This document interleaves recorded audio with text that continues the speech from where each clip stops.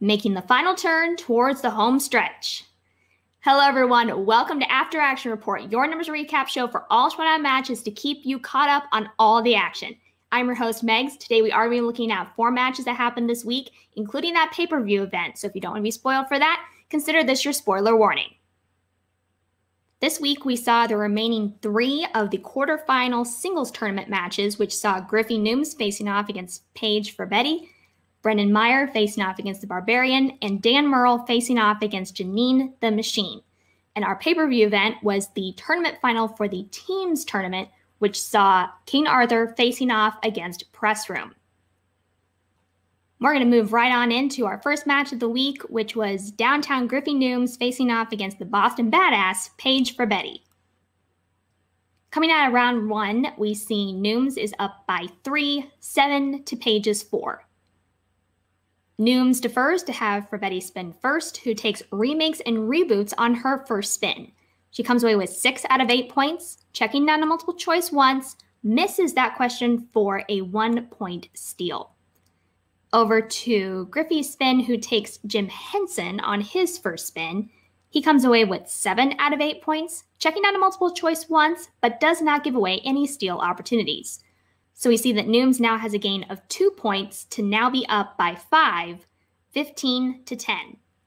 Or we see that Paige has to answer some questions first. She misses a 2-pointer in Tom Hanks, hits a 3-pointer in remakes and reboots, but is not able to hit a 5-pointer in 2000s, which does give Griffin Noobs the win via TKO with a final score of 15 to 13.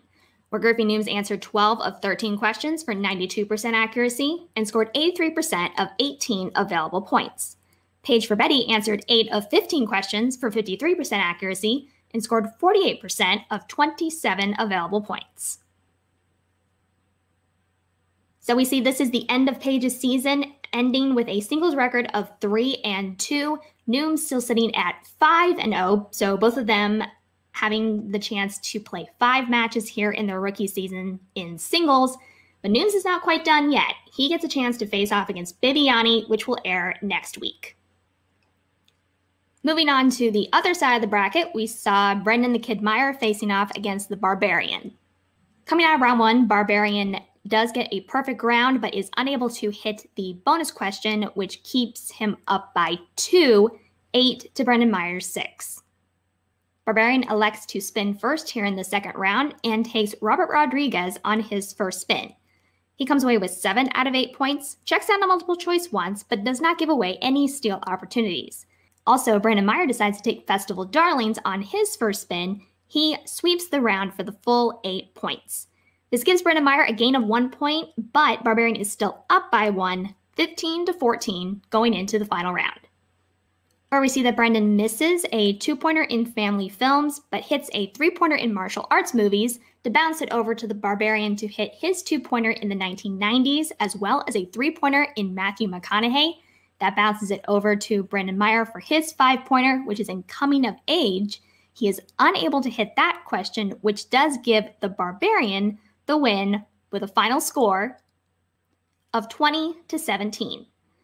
Where Brendan Meyer answered 11 of 15 questions for 73% accuracy, scored 63% of 27 available points. The Barbarian answered 14 of 15 questions for 93% accuracy and scored 91% of 22 available points. So we see Brendan Meyer having some tough misses here in this match, and the Barbarian just missing out on that full 100% accuracy in this match by not being able to hit that bonus question there in round 1, but we're going to find out who his opponent is here in this next match.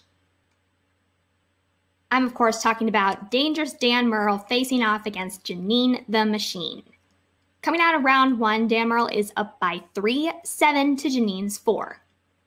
Coming into round 2, Dan defers to have Janine spin first, who spins away from Scarlett Johansson on the first spin and ends up taking Romantic Comedies, where she sweeps the round for the full 8 points. Dan Merl decides to take Martin Scorsese on his first spin, and he also sweeps his round for the full 8 points.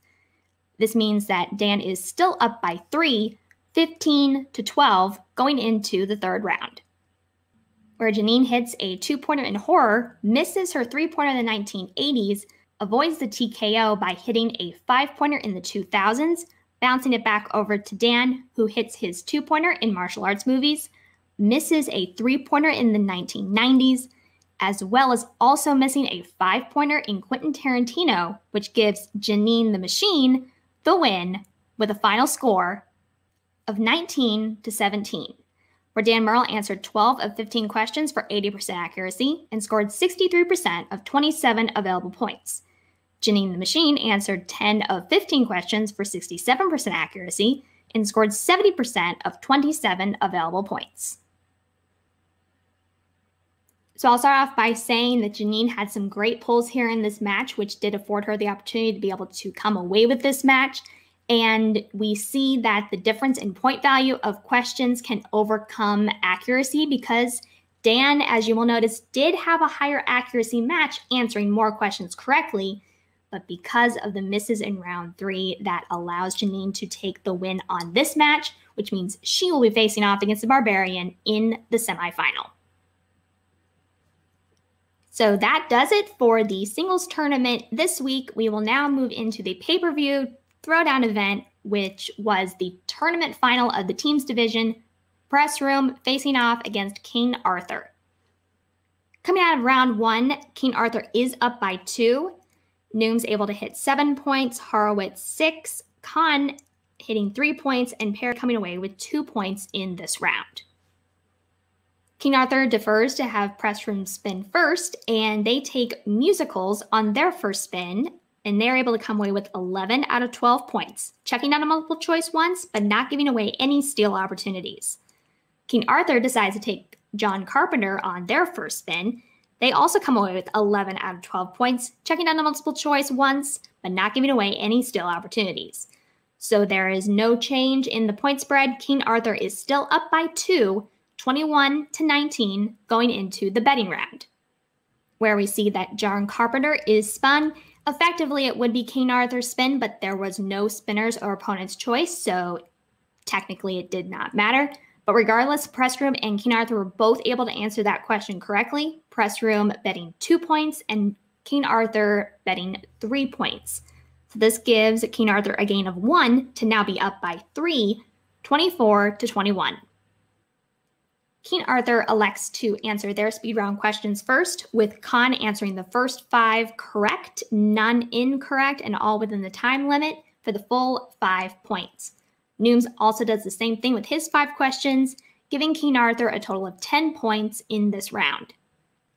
Over to Press Room, Josh decides to answer his set of questions first, answering questions 1 through 3 correctly, passes on the rest, not getting any incorrect, for a total of 3 points. Perry answers her first question, or question 6, correct, has to pass on the rest, but again, not getting any incorrect, so she comes away with 1 point in her 5 questions. This gives Press Room a total of 4 points, and this means that Kingarthur gains an additional 6 points to now be up by 9, barely escaping the KO for Press Room, with a total of 34-25 going into the final round, where we see Perry is able to answer a 2-pointer in remakes and reboots.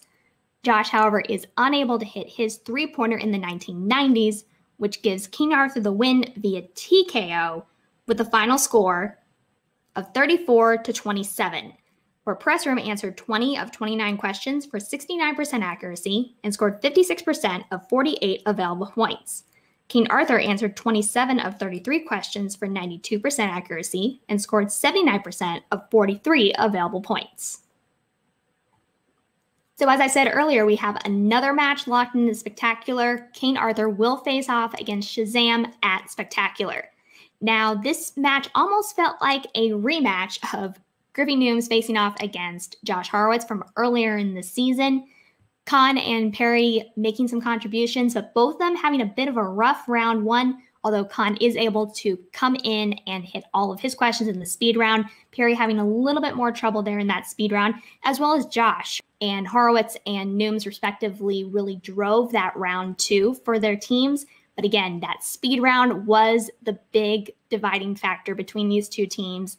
and open that opportunity for Kingarthur to now have their ticket to Spectacular here in December.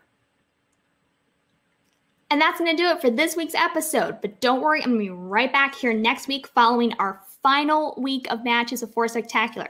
It's crazy. We only have one more week of aired matches to go through before we lead up into Spectacular. Don't worry, I am still planning on doing some stuff on this show in the weeks leading up to Spectacular. I'm going to do some recaps, take a look back at this year, look at some standout things that we saw. So you're still going to be getting your fill of all your stats leading up to Spectacular. If you haven't already, please go ahead and make sure that you have hit that like button and go ahead and leave a comment on this video if you would like to do it here or at the socials that are listed in the description of this video. And as you're looking at that description and you see that you're not subscribed to this channel, please go ahead and make sure that you hit that and that you have the notification bell hit so that you know every time we drop a new video on this channel. And also go ahead and check out our Twitch channel as well.